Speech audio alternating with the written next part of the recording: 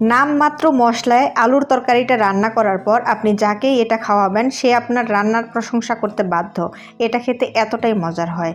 তো প্রথমে 2 টেবিল চামচ সরিষার তেল গরম করে 1 চা চামচ পাঁচফোড়ন, 2টি শুকনা মরিচ, 1.5 টেবিল চামচ রসুন থেতো দিয়ে হালকা কিছুক্ষণ নেড়ে চেড়ে 1/4 চা চামচ হিং দিয়ে আবারও কিছুক্ষণ নেড়ে মাঝারি সাইজের একটা টমেটো পেস্ট দিয়ে সেখানে 1 চামচ হলুদের গুঁড়া, 1 চামচ মরিচের গুঁড়া, স্বাদ মতো লবণ দিয়ে মশলাটাকে ভালো করে কষিয়ে মাঝারি সাইজের 3টি সিদ্ধ আলুকে দিয়ে মশলার সাথে প্রায় 2 মিনিটের মতো কষিয়ে নিয়েছি। তারপর সেখানে টমেটো দিয়ে পরিমাণ মতো ঝোল দিয়ে প্রায় 5 মিনিটের মতো মাঝারি আঁচে রান্না করে নিতে হবে।